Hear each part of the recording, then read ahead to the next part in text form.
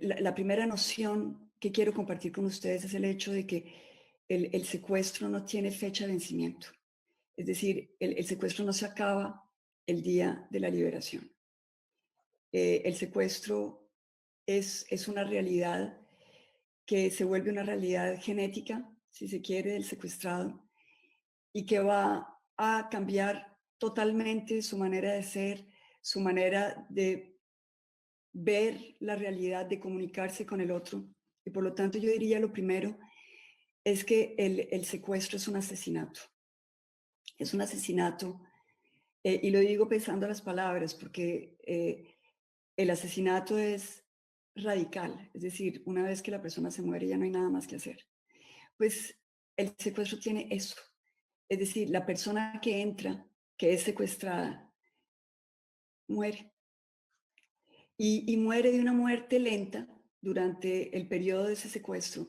Y la persona que, si tiene suerte, es liberada, porque el secuestro por lo general va de la mano con el asesinato.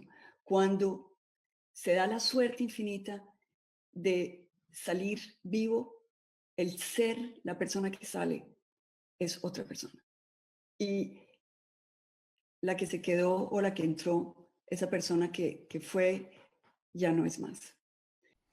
Este es uno de los fragmentos de la intervención de Ingrid Betancourt ante un evento de la Comisión de la Verdad.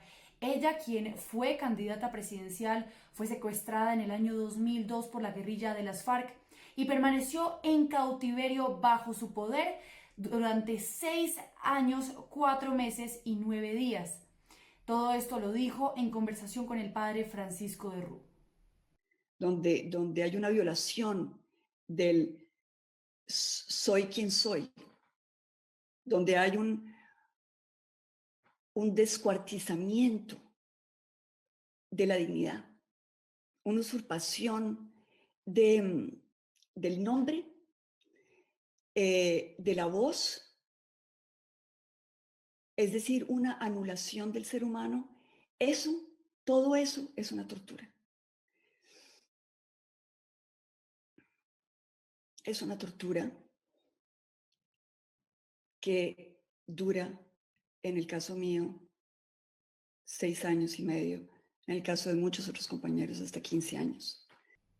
Betancourt, quien hoy reside en Francia, manifestó que durante el secuestro de alguna manera el ser humano se ve descuartizado. Lo único que sabemos es que entra uno en una especie como de exilio de lo más íntimo, donde está uno alejado a la deriva, en una soledad donde uno no puede tocar fondo. Y en esa soledad de deshumanización, la persona se pierde, se olvida de quién es, se olvida de quién fue. La lucha para recomponer el ser humano que ha sido descuartizado es una lucha que no termina con el momento de la liberación. El daño es irreparable. Es como si cogieran un árbol y lo deformaran y le torcieran el tronco. Y el peso que se lleva por dentro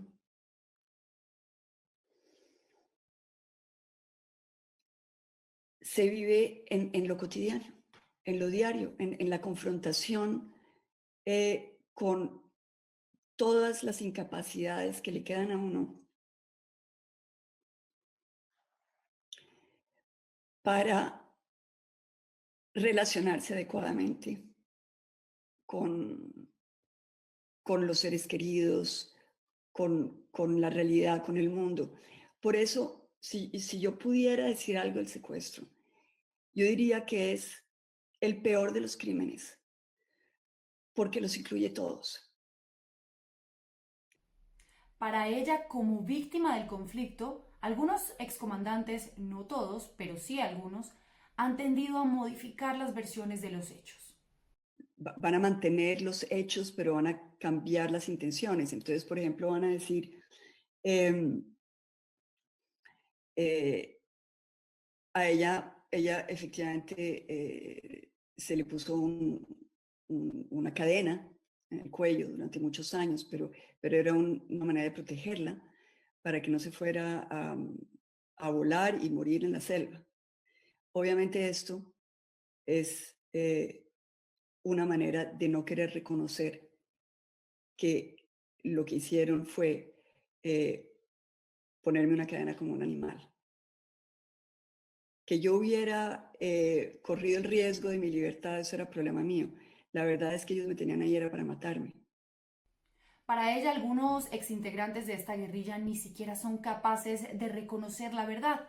Y aunque reconoció que camino hacia la construcción de la paz hay un largo camino por recorrer y a su modo de ver cada persona lo inicia y vive de manera diferente, ella fue enfática en decir que el país debe dejar de culpabilizar a las víctimas, porque una víctima siempre es incómoda para alguien.